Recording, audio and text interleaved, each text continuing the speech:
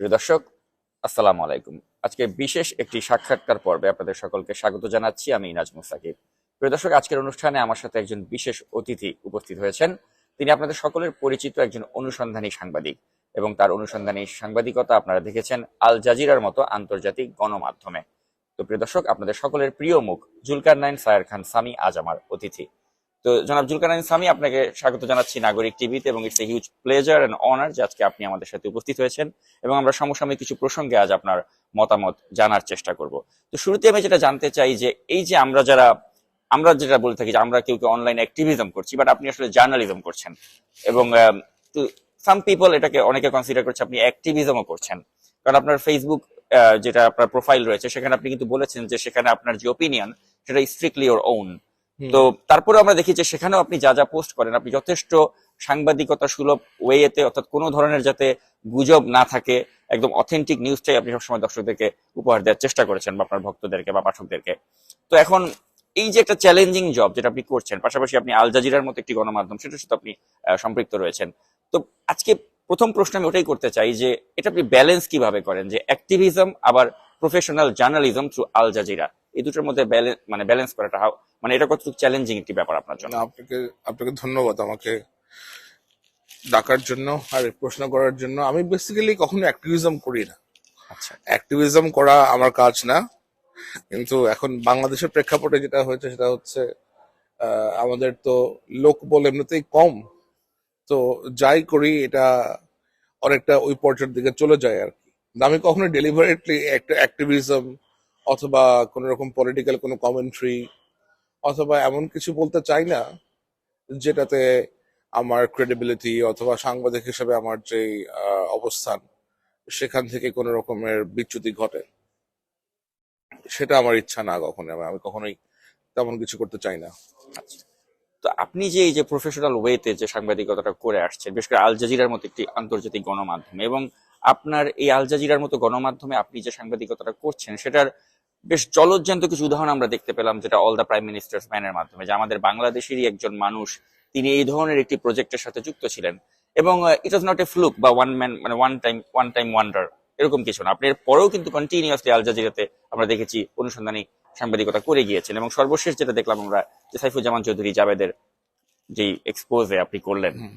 তো এটা একটু জানতে চাচ্ছি যে আল জাজিরার সাথে কাজের অভিজ্ঞতাটা, মানে একটা এরকম আন্তর্জাতিক সংবাদ মাধ্যমে অনুসন্ধানী সাংবাদিকতা করে আমাদের বাংলাদেশের কিছু বড় ফেস বা বড় মাপের দুর্বৃত্তদেরকে আপনি যে এক্সপোজ করছেন, এই ফিলিংসটা বা এই এক্সপেরিয়েন্সটা যদি একটু শেয়ার করেন। আসলে কোনো দুর্বৃত্তই বড় অথবা ছোট না, দুর্বৃত্তই। আর আমার কাছে যখন এদেরকে এক্সপোজ করি, আসলে বিষয়টা তো এক্সপোজ করে না, বিষয়টা হচ্ছে যে কে কতটা অপরাধ করেছে এদের অপরাধগুলো সামনে তুলে নিয়ে আসে। আর আল জাজিরার সাথে কাজ করার কারণ আমার ক্যারিয়ার শুরুই হয়েছে ওদের মাধ্যমে। আমি কাজ শুরুই করি আল জাজিরার মাধ্যমে। আমাকে যখন 2018 সালের ডিসেম্বর থেকে ওরা পিক করে নেয় অল দ্য প্রাইম মিনিস্টার্স জন্য, তখন থেকেই আমার কাজকর্ম সবকিছু তাদের সাথে হয়ে আসছে। তারা আমাকে যা যা প্রশিক্ষণ দেওয়ার সবকিছু তারাই করেছে তাদের অবস্থায়। সুতরাং এদের সাথে কাজ করার অভিজ্ঞতা আমার কাছে মনে হচ্ছে, লাইক আমার কাছে ওই ডিফারেন্সিয়েট করার সুযোগটা তো আমি আসলে পাই নাই। তো আমার কাছে এটাই এটাই বেস। এখন সমস্যা যেটা হয়, আমি যখন অন্য কোথাও যখন আমাকে কাজ করতে ডাকা হয়, কারণ আমার ওই সুযোগটা রয়েছে, আমাকে সুযোগটা দেওয়া হয়েছে অন্য বিভিন্ন গণমাধ্যমের সাথে কাজ করতে।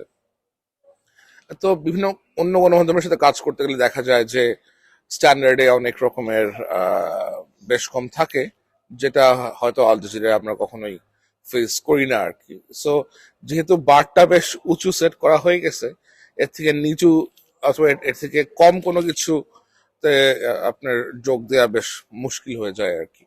অথবা কারণ মানুষের এক্সপেকটেশনে অনেক বেশি থাকে, কিন্তু আমি সবকিছুই করতে চাই। আমার কাছে যেভাবেই যারাই যোগাযোগ করেন না কেন, যে কোনো বিষয় নিয়ে যোগাযোগ করেন না কেন, সেটা যত ছোটই হোক অথবা যত বড়ই হোক, আমি চেষ্টা করি অ্যাটেন্ড করতে। কারণ মানুষের এক্সপেকটেশন আছে, এবং এক্সপেকটেশন অনুযায়ী যদিও আমার লাইক অনেক রকমের ইয়ে থাকে, তারপরেও চেষ্টা করি আমার লিমিটেড সময়ের মধ্যে অ্যাটলিস্ট অনেকের যে আর্জেন্ট রিকোয়েস্ট গুলো থাকে সেগুলোকে অ্যাড্রেস করার আর কি।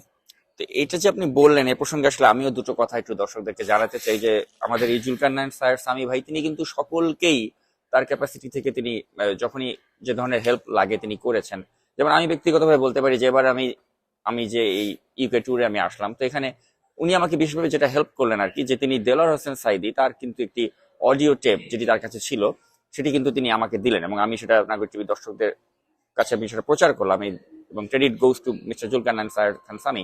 এবং তিনি যে শুধুমাত্র আমাকে এভাবে হেল্প করেছেন তা কিন্তু নয়, তিনি আরো অনেক সাংবাদিকদেরকে কিন্তু তিনি নানা সময় নানা জিনিস দিয়ে তিনি হেল্প করেছেন, তথ্য দিয়ে বা এই ধরনের অডিও দিয়ে বা নানা ধরনের মানে গুরুত্বপূর্ণ জিনিস বা নথিপত্র দিয়ে তিনি হেল্প করেছেন। কারণ তার কাছে এত বেশি মাত্রায় এ ধরনের জিনিসগুলো আসে যে তার একার পক্ষে সবগুলো কিন্তু প্রচার করা সম্ভব নাই, তাই তিনি অনেককে এগুলো ডিস্ট্রিবিউট করে থাকেন।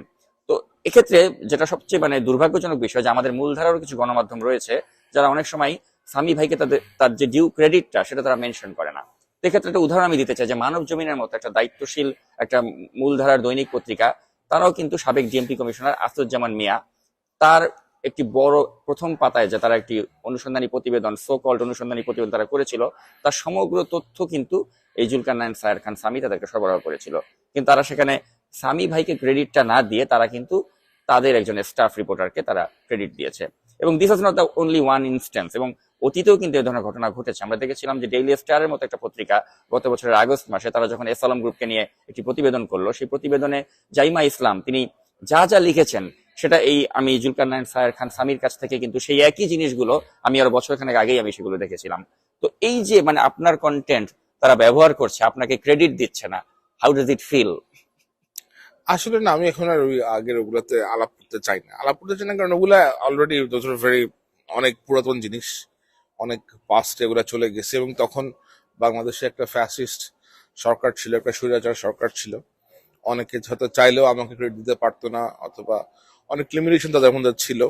তো আমি ওগুলা নিয়ে আসলে কিছু মনে মনে করে রাখতে চাই না আর কি। কারণ আমরা আমরা ধরেন আমাদের যে কমিউনিটিটা আছে, আমরা যারাই এই কাজগুলো করে থাকি বাংলাদেশ কেন্দ্রিক, আমাদের সংখ্যা খুব কম। তো এই কম সংখ্যক লোকের মাঝখানেও যদি আমরা এরকম দ্বিধাদ্বন্দ্ব অথবা এ ধরনের ধরেন আপনার কাজকর্মগুলো করি, যেটা ধরেন আপনার public doesn't expect, people doesn't expect us to get into this kind of silly tussle, like, so কি দরকার? আর কেউ যদি ভুল করে থাকে, তখন কেউ যদি কোনো কিছু ওভারলুক করে থাকে, কারো যদি এতে কোনো কিছু আহ, প্রকাশ করতে অথবা আমার নাম জড়িত করতে সমস্যা থাকে, তখন হয়তো ছিল সরকার বিভিন্ন সংস্থা থেকে হয়তো কোনো না কোনো রকমের প্রেশার ছিল, কিন্তু এটা হয়তো এখন আর নাই। তো আমি আর ওগুলো ধরে রাখি নাই আর কি। I have come, I have moved on. আর আমি চাই সামনে বাংলাদেশ কেন্দ্রিক আর অনেক কাজ করতে। আর আমার কাছে তো অনেক ইনফরমেশন যাই কিছু আসে, আমি চেষ্টা করি আমি নিজে যতটা পারি সেটা তো আমি প্রকাশ করি, আপনার ভেরিফাই করে। অনেক সময় অনেক কিছু আমি প্রকাশ করতে পারি না, আমার কাছে থেকে যায়, সেগুলো আমি আপনারা আছেন, আরো অনেকেই আছে, আর বিভিন্ন সংবাদ মাধ্যম আছে বাংলাদেশে, অনেককে আমি সেগুলো প্রদান করে থাকি। এবং সেগুলোর জন্য আমার কোনো রকমের ক্রেডিট আসলে প্রয়োজন হয় না, আমি কোনো ক্রেডিট চাই না, কারণ তথ্য তো আমার না, আমার কাছে মানুষজন বিশ্বাস করে আমাকে পাঠায়, এবং সেই বিশ্বাসটাই আমি রাখার চেষ্টা করি আসলে। জি, ধন্যবাদ। তো এবার একটু আরেকটু অন্য প্রসঙ্গে আমি যেতে চাচ্ছি প্রিয় দর্শক, সেটি হচ্ছে যে জুলকারনাইন স্যার খান সামি তিনি আল জাজিরাতে অনুসন্ধানী প্রতিবেদন তিনি করছেন এবং পাশাপাশি তিনি কিন্তু তার নিজের মতো করে আরো বিভিন্ন আন্তর্জাতিক সংবাদ মাধ্যমগুলো যে রয়েছে সেখানেও কিন্তু তিনি কাজ করেছেন। আপনারা দেখেছেন যে তিনি ওসিসিআরপি, সেখানে কিন্তু তিনি শেয়ার বাজারটাকে একদম ধ্বংস করে দিয়েছিল যিনি, সেই শিবলি রুবায়েত, তার মতো একজন দুর্বৃত্ত, তাকেও কিন্তু তিনি এক্সপোজ করেছেন। এবং আমাদের এই অর্থনীতির বা শেয়ার বাজারটাকে 12টা বাজানোর পেছনে যে ব্যক্তিটির ভূমিকা ছিল, এই ব্যক্তিটিকে এভাবে জনসম্মুখে মানে এক্সপোজ করার পেছনে কিন্তু জুলকারনাইন সামির একটি গুরুত্বপূর্ণ ভূমিকা ছিল, যেটার জন্য অবশ্যই আমরা দেশবাসী তার প্রতি কৃতজ্ঞ। তো এটা হচ্ছে ফ্যাসিস্টের যে শাসন ছিল সে আওয়ামী লীগ, সে সময় আওয়ামী লীগের এ ধরনের যারা লেসপেন্সার ছিল তাদেরকে তিনি এভাবে এক্সপোজ করেছেন। আর এখন এই যে একটি পরিবর্তিত পরিস্থিতি, যেখানে ডক্টর ইউনূসের নেতৃত্বাধীন একটি সরকার এসেছে, এই সরকার তারা ক্ষমতা গ্রহণ করার পর থেকে এখন আমার মতো অ্যাক্টিভিস্ট বা I am sure Zulkarnain Sami তার মতো একজন ব্যক্তিত্ব, তারাও কিন্তু একটা সংকটে আমরা পড়ছি যে আমরা এই গভর্নমেন্টটাকে আসলে কিভাবে ক্রিটিসাইজ করব, কোন ওয়েতে ক্রিটিসাইজ করব, কতটুকু তাদেরকে সময় দিব বা কতটুকু তাদেরকে ছাড় দেব, কোন মাত্রায় ক্রিটিসাইজ করব, এটা নিয়ে কিন্তু আমি ব্যক্তিগতভাবে confused. I don't know whether আমাদের জুলকারনাইন সামি তিনি এই ব্যাপারে কতটুকু কনফিউজ। তা আমি আপনার কাছে এটা একটু জানতে চাই আসলে যে এই যে এখন যেটা নতুন সরকার আসলো, এদেরকে সমালোচনার ক্ষেত্রে আমাদের আসলে কোন কোন জিনিসগুলো মাথায় রাখা উচিত, বা সমালোচনাটা আসলে কিরকম ভাবে হওয়া উচিত, এটা যদি একটু গাইডলাইন আপনি দেন আমাদেরকে। আসলে এখন যে সরকারটা এসছে, এখন যে সরকারটা বর্তমানে আছে, তা তো আমাদেরই অনেকের কাজের ঐক্যবদ্ধ ফসল। বাংলাদেশে ছাত্র জনতার একটা আন্দোলন হয়েছে, এখানে বিভিন্ন রকম স্টেক হোল্ডার ছিল। এখানে আমার কাজ ছিল, আপনাদের কাজ ছিল, এখানে বাংলাদেশের অনেক মূলধারার যারা সংবাদপত্র তাদের কাজ ছিল, আন্তর্জাতিক বিভিন্ন অধিকার অধিকার সংস্থা যারা আছে তাদের অবদান ছিল, নেত্র নিউজ ছিল, তাসলিম ভাই ছিল, পিনাকি ভট্টাচার্যের মতো ইউটিউবার যারা আছেন, অ্যাক্টিভিস্ট, শহীদুল আলম ভাইদের অবদান ছিল, অসংখ্য অ্যাক্টিভিস্ট, অসংখ্য জার্নালিস্ট যারা যাদেরকে আমরা সবাই চিনি, তাদের প্রত্যেকেরই কোনো না কোনো অবদান এখানে ছিল। এরা বেসিক্যালি কাজ করেছে, আমরা যে বেসিক্যালি কাজ করেছি এটা স্পার্ক করতে আমার কাছে যেটা মনে হয়, যেটা এটা একটা ইগনিশন দরকার ছিল। ইগনিশনের ভূমিকাটা হয়তো আমরা করেছি, বাট যে সমষ্টিগতভাবে ছাত্র জনতার এই আন্দোলন, যে স্ফুলিঙ্গটা ক্রিয়েট হওয়ার দরকার ছিল, এটা হয়তো সবাই মিলেই তৈরি করা হয়েছে আর কি। সো আমার কাছে মনে হয় যে সরকার এসছে, এটা তো সকলেরই সম্মানিত চেষ্টার ফসল। আর এদের বয়স তো খুব কম, যে সরকার আসছে, সরকার মাত্র 1.5 মাস। 1.5 মাসের মতো বয়স। আর 15 বছরের পুরাতন একটা সিস্টেম, এটাকে পুরোটা পরিবর্তন করে, অথবা এর মধ্যে কোন ধরনের পরিবর্তন এনে এটাকে আপনার জনবান্ধব করে তোলা, গণতান্ত্রিক করে তোলা, পাবলিকের যেই পার্টিসিপেশন সেটা ক্রিয়েট করা, এটা করতেও কিন্তু অ্যাটলিস্ট 6 মাসের মতো লেগে যাবে আমার মনে হয়। তো বিষয়টা এতটা সহজ না আর কি। তারা কাজ করছেন, আমার মনে হয় তাদেরকে আমাদের কাজ করতে দেওয়া উচিত, আমাদের দেখা উচিত কি হয়। আমি নিজেও ক্রিটিসাইজ করে থাকি, অনেক অনেক সময় আমি অনেক কিছু লিখে থাকি, বাট লাইক সেটা যেন গঠনমূলক ভাবে। বাস্তবিক অর্থে যেটা দরকার সেটা হচ্ছে আমাদের প্রত্যেকেরই নিজ নিজ অবস্থান থেকে তাদেরকে সাপোর্ট করা উচিত, দেখা উচিত যেন তারা কোনো ভুল পথে দিকে ধাবিত না হন। এবং এটাও কাম্য থাকবে যারা ওইখানে আছেন, সরকারে আছেন, তারা যেমন এমন কোনো কাজ করে না বসেন যেটা জনগণের আকাঙ্ক্ষার বিপরীতে যায়। কারণ অনেক অনেক অনেক মানুষের প্রাণের বিনিময়ে, হাজার হাজার মানুষের প্রাণের বিনিময়ে অনেক মানুষ আহত হয়েছেন, অনেক মানুষদের অঙ্গহানি হয়েছে। এত কিছুর পরে পাওয়া একটা মোমেন্টাম, যেই বিজয় আমরা অর্জন করেছি, যেটাকে আমরা স্বাধীনতা বলছি, দ্বিতীয় স্বাধীনতা বলছি, এর যে মোরাল, এর যে বেসিক্স, এতে যেন কোনো রকমের দাগ না লাগে আর কি, সেটাই আমাদের সবার প্রচেষ্টা হওয়া উচিত।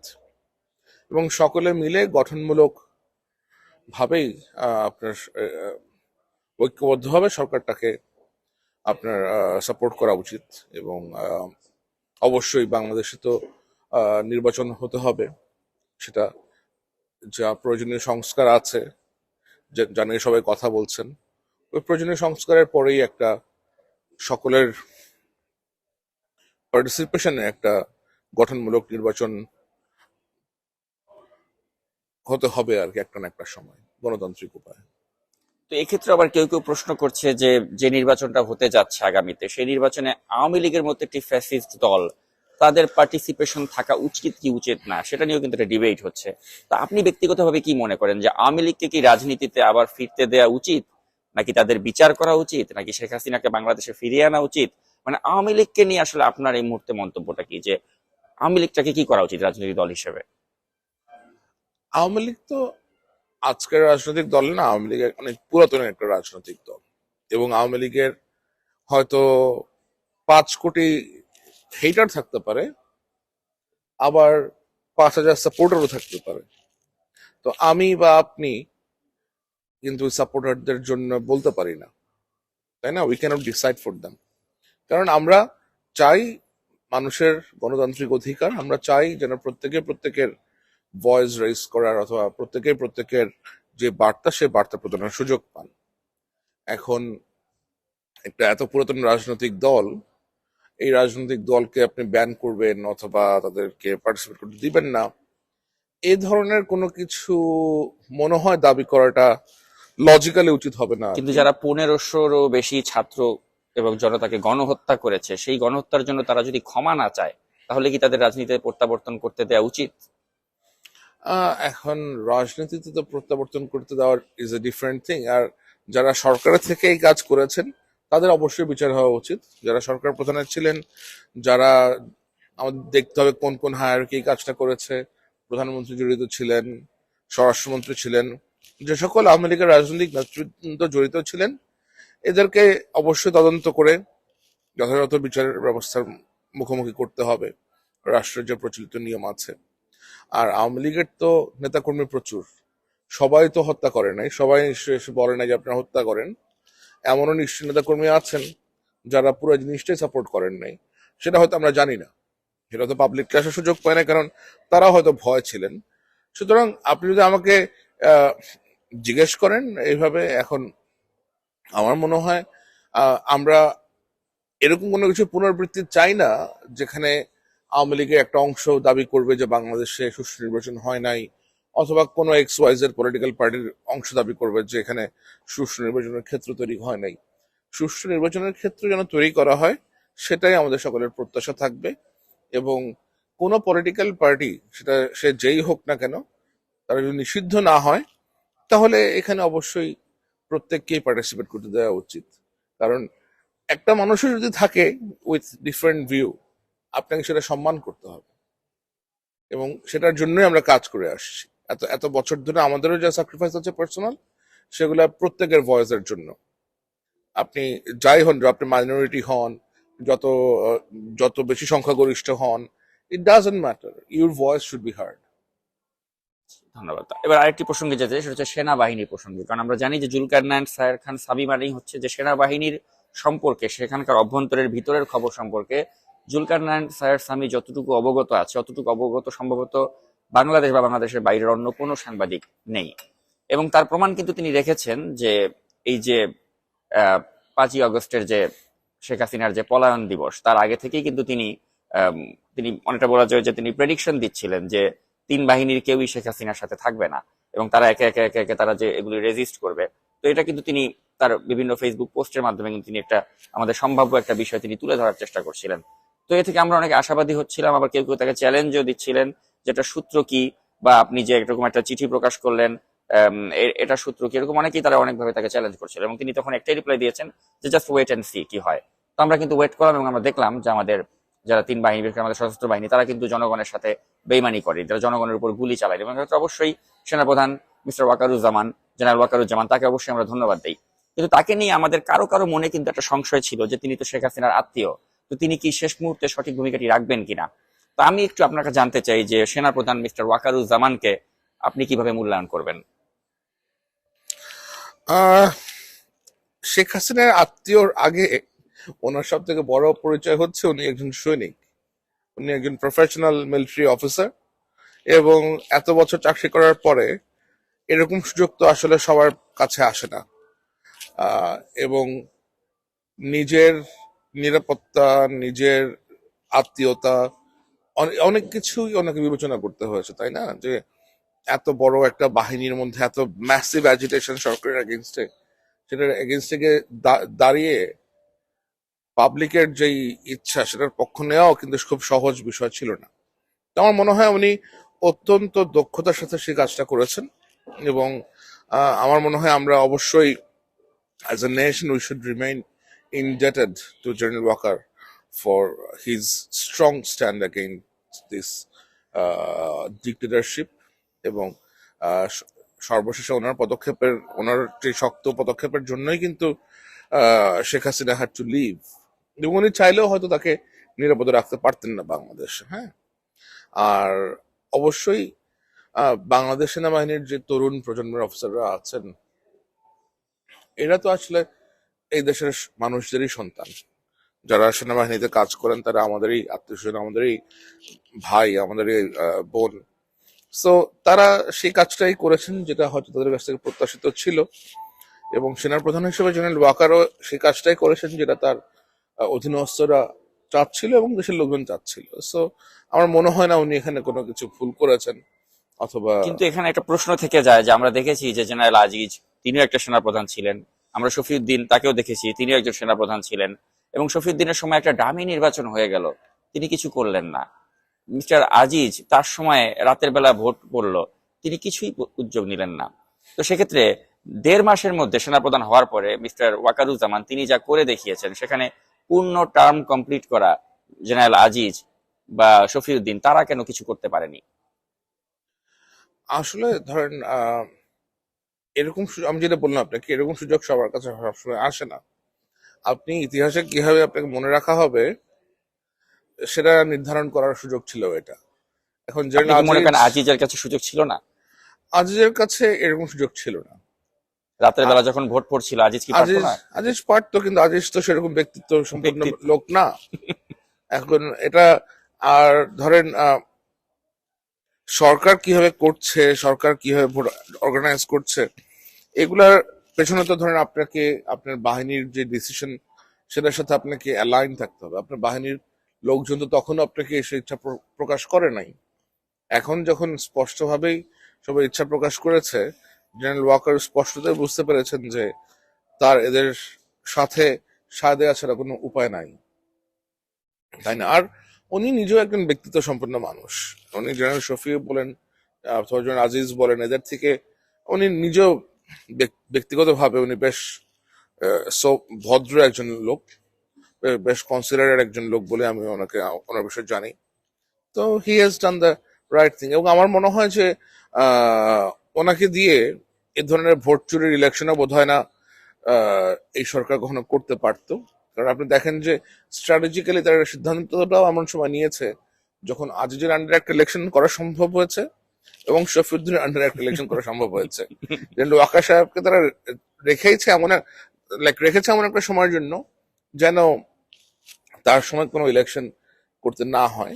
আর পরবর্তীতে তো তাদের অনেক পাইক পেদার ছিল যাদেরকে তারা লাইনে রেখেছিল যে কিভাবে তারা সামনের দিকে অগ্রসর হবে।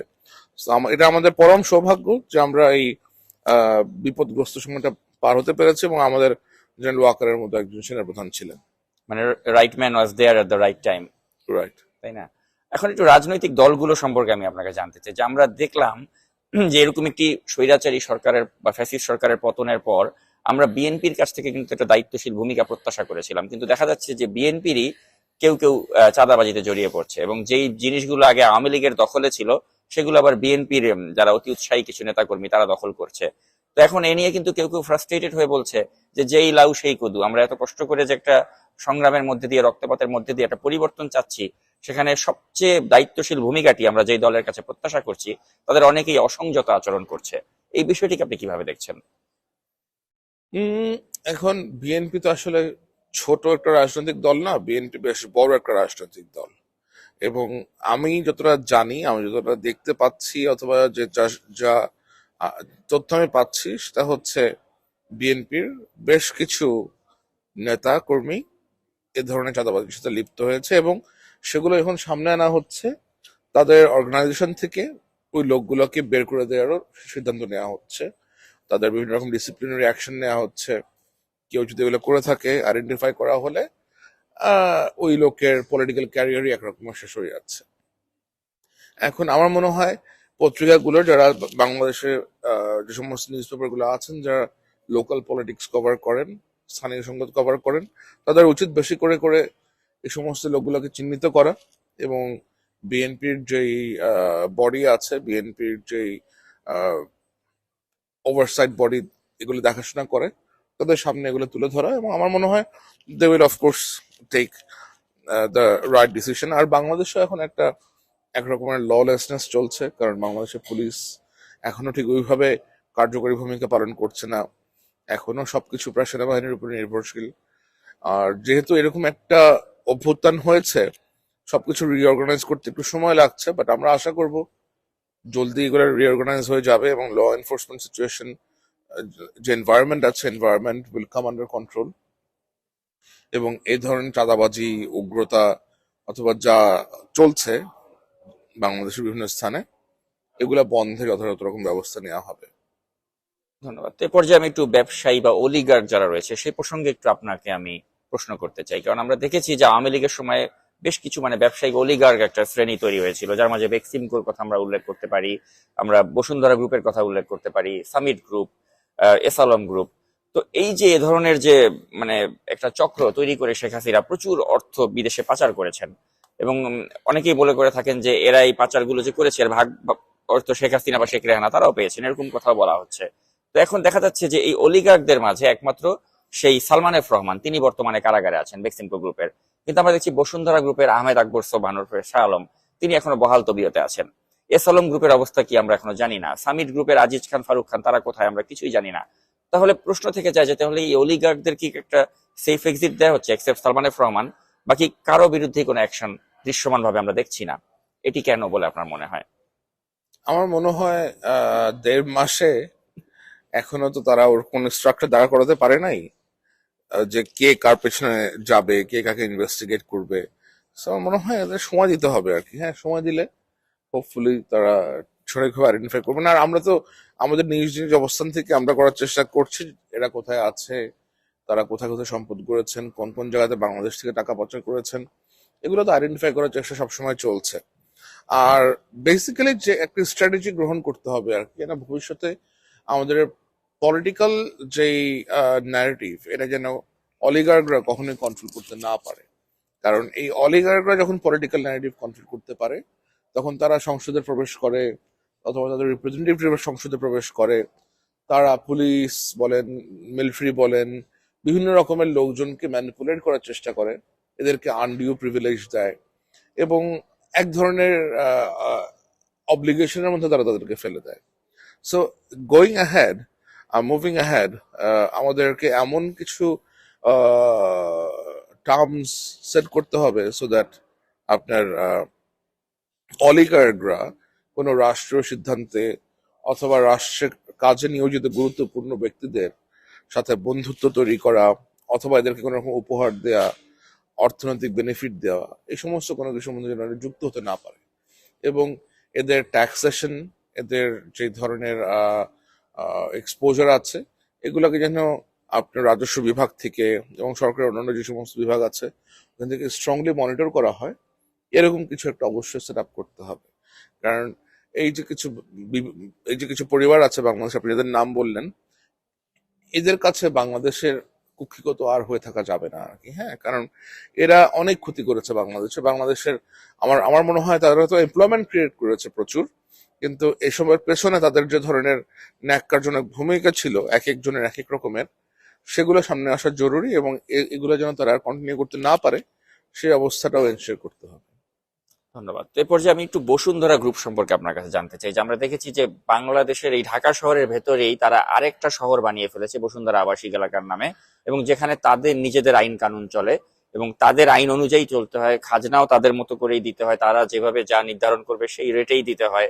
তো এই যে একটা মানে শহরের ভেতর একটা তাদের মতো করে একটা শহর যেখানে তাদের একচ্ছত্র নিয়ন্ত্রণ, এটাকে নিয়ে কিন্তু অনেকেই প্রশ্ন তুলেছে যে কেন এখানে রাজুকের কর্তৃত্ব নেই, এখানে তাদের কথাই আইন। তো এই এই মানে অনুমতিটা কে দিল শাহ আলমকে, বা এই ধৃষ্টতা সে কোথা থেকে পেল, এই প্রশ্ন রয়ে যায়। তো এখন দেখা যাচ্ছে যে তার ছেলে সে মুনিয়া হত্যা এবং ধর্ষণ মামলার 1 নম্বর আসামি, এবং এই আসামি অসত্ত্বেও আওয়ামী লীগের শাসনামলে তাকে কিন্তু একটাবারের জন্য জিজ্ঞাসাবাদও করা হয়নি। আবার তার পিতা অর্থাৎ এই সাইম সামান আনবীরের পিতা এই শাহ আলম, সে কিন্তু ভূমিদস্যু হিসেবে সবচেয়ে স্বীকৃত, সে এখনো বহাল তবিয়তে বাংলাদেশে বসে আছে। তার বিরুদ্ধে গ্রেপ্তারি পরোয়ানা জারি আছে, ছাত্র হত্যার সাথেও তার সম্পৃক্ততার অভিযোগে তার বিরুদ্ধে মামলা হয়েছে। কারণ তিনি, আপনি জানেন যে 22 জুলাই শেখ হাসিনার সাথে যখন ব্যবসায়ীদের বৈঠক হচ্ছিল, সেখানে তিনি স্পষ্ট করে বলেছেন যে এই জঙ্গিদেরকে ধরতে হবে, দমন করতে হবে, ছাত্রদেরকে তিনি জঙ্গি বলেছিলেন। তো এখন এই ব্যক্তি আবার এটাও বলেছিলেন যে শেখ হাসিনার সাথে তিনি মরণের পরেও থাকবেন, মরণের আগেও থাকবেন। তো এ ধরনের একটি ব্যক্তি কি করে এখনো বহাল তবিয়তে বসুন্ধরা আবাসিক এলাকায় থেকে তিনি এখনো তার ব্যবসাগুলো সুন্দর মতো পরিচালনা করতে পারছেন? কোথায় তার খুঁটির জোর? তো শেখ হাসিনার সাথে যদি তিনি মরণের পরে থাকতে চান, মরণের আগেও থাকতে চান, তাহলে সে শেখ হাসিনার সাথে হেলিকপ্টার ঘুরে পলায় গেল না কেন? তাহলে তো তার শেখ হাসিনার সাথে হেলিকপ্টারে পলায় যাওয়া উচিত ছিল, অথবা শেখ হাসিনার হেলিকপ্টারটা ফলো করা উচিত ছিল। সেটা করে নাই কেন? যদি সেটা করে না থাকে তাহলে সে এখন কোথায়, সেটা খুঁজে বের করা উচিত এবং খুঁজে বের করে তাকে বলা উচিত তুমি এত মিথ্যা কথা বলো কেন, তাই না? এটাই তো বলা উচিত। আর আমি তো ধরেন তার এলাকার মধ্যে সে কি করে না করে এটা তো আমি যেহেতু বাংলাদেশ অনেক অনেক বছর ধরে যাই না, আমি আর কোনো পার্টিকুলার এলাকার বিষয় আমি কখনো ওইভাবে খোঁজ করে নেই নাই। বাট আমি শুনেছি যে এগুলা হয় এখানে। এরকম যদি হয়ে থাকে তাহলে একটা সভরেন কান্ট্রির মধ্যে এ ধরনের কোনো কলোনি অথবা এ ধরনের কোনো বিশেষ এলাকা পরিচালনা করার সুযোগ কারোর নাই। আপনি নিজস্ব বাহিনী দিয়ে ওখানে আপনি নিজস্ব আইন কানুন আপনি ক্রিয়েট করতে পারেন না। যদি কেউ এরকম কোনো কিছু করে থাকে তাহলে অবশ্যই দেশে যে আইন শৃঙ্খলা বাহিনীরা আছেন, নিরাপত্তা বাহিনীরা আছেন, of course they will look into it. আর স্পেশাল কোনো প্রিভিলেজ যদি এদেরকে দেওয়া হয়ে থাকে কারণ এদের অনেক টাকা পয়সা আছে সে কারণে, তাহলে সেটাও আমার মনে হয় ইনভেস্টিগেট করে দেখা উচিত কেন তারা এগুলো পাচ্ছে, কি কারণে পাচ্ছে। তো আমার আমার আমার কাছে আসলে আমাকে এগুলো জিজ্ঞেস করলে আমি একটাই বলবো যে I need evidence. Like if I have to talk about something, আমার কাছে তো প্রমাণ লাগবে। বাট নর্মালি যারা আইন শৃঙ্খলা বাহিনীর লোকজন আছেন তারা হয়তো বিষয়গুলোতে আরো ডিপলি গিয়ে দেখতে পারবেন যে অ্যাকচুয়ালি বিষয়টা কি। আর শেখ হাসিনার প্রতি যদি কারো এরকম ফ্যাসিনেশন থেকে থাকে, অনেকেরই আমরা দেখেছি, অনেকে শেখ হাসিনার বিষয়ে গান গেয়েছেন, কবিতা আবৃত্তি করেছেন, অনেক কিছু করেছেন। জি, যে হামিম গ্রুপের একে আজাদ তিনি বলেছেন যে প্রথমত আমি তোমাকে চাই, শেষ পর্যন্ত আমি তোমাকে চাই। তো সেই চ্যানেল 24 এর মালিক সে হামিম গ্রুপের একে আজাদ, তাকে এখন দেখা যাচ্ছে যে তিনি আবার এই সরকারের সাথে চমৎকার করে মিশে যাওয়ার চেষ্টা করছেন। তাহলে এখন ধরেন কেউ যদি এরকম করে থাকে তাহলে তো তাদের মুখ দিয়ে কথা বলছে না পাছা দিয়ে কথা বলছে সেটা জিজ্ঞেস করা উচিত। জি। পাবলিকের জিজ্ঞেস করা উচিত যে আপনারা যে কথা বলছেন, কথা প্রকাশ করেছেন, সেটা কোন দিক দিয়ে বের করেছেন, মুখ দিয়ে না পেছন দিক দিয়ে, পশ্চাৎ দিক দিয়ে। জি, তাহলে তাহলে তো উত্তরটা আপনি আপনি আপনি পেয়ে গেলেন, জি, তাই না? আমরা একদম আলোচনার শেষ প্রান্তে চলে এসেছি। তো শেষ করার আগে আপনার কাছে আমি সর্বশেষ যেটা জানতে চাই যে ডক্টর মোহাম্মদ ইউনূস এই অন্তর্বর্তী সরকার তাদেরকে কতটুকু সময় দেওয়া উচিত, এটা নিয়ে একটা ডিবেট হচ্ছে। কেউ বলছে 1 বছর, কেউ বলছে 1.5 বছর। সেনাপ্রধান তিনিও একটি টাইমলাইন দিলেন সম্প্রতি। আপনি কি মনে করেন আসলে কতটুকু সময় তাদেরকে দেওয়া উচিত? আমি আসলে একজন সাংবাদিক, খুবই ক্ষুদ্র সাংবাদিক। আমার এ ধরনের কি মনে হয়, আমার মনে হয় না এটা দিয়ে কারোই কিছু যায় আসবে। বাট কোন দেশেই অগণতান্ত্রিক কোন সরকারের বেশি দিন থাকা উচিত না। তাহলে দেশের যে রাষ্ট্রযন্ত্রের মধ্যেই এক ধরনের ইমব্যালেন্স বলেন অথবা অকার্যকারিতা চলে আসে। সুতরাং অবশ্যই সময় লাগবে। যেহেতু সেনাপ্রধান নিজেই বলেছেন 18 মাস এর কথা, অনেকে 2 বছর বলেছে। তা আমার মনে হয় it is a reasonable time. যদি এর থেকে বেশি সময় লাগে তারা নিশ্চয়ই বলবেন যে কত সময় লাগবে। কিন্তু আহ, এই রিফর্ম গুলা করার, নেসেসারি রিফর্ম গুলা করা যেন বাংলাদেশে পরবর্তীতে কোনো রকমের ফ্যাসিজমের ক্রিয়েট হতে না পারে, অথবা এমন কোন সরকার বাংলাদেশে আসতে না পারে যারা এরকম ভাবে রাষ্ট্রযন্ত্রকে ব্যবহার করে, রাষ্ট্র নিরাপত্তা বাহিনীদেরকে ব্যবহার করে একটা আপনার মাফিয়া স্টেট যাতে ক্রিয়েট করতে না মাফিয়া স্টেট বলেন অথবা একটা থাগ স্টেট বলেন যেন ক্রিয়েট করতে না পারে। আমরা সেটা দেখতে চাই না। আমরা ডক্টর ইউনূসের অধীনে যে সরকার আছে সেটার like I personally wish them the very best and I hope they will reflect what is expected from them. আপনাকে অনেক ধন্যবাদ আমাকে এই সমস্ত প্রশ্ন করার জন্য। আর ভালো থাকবেন।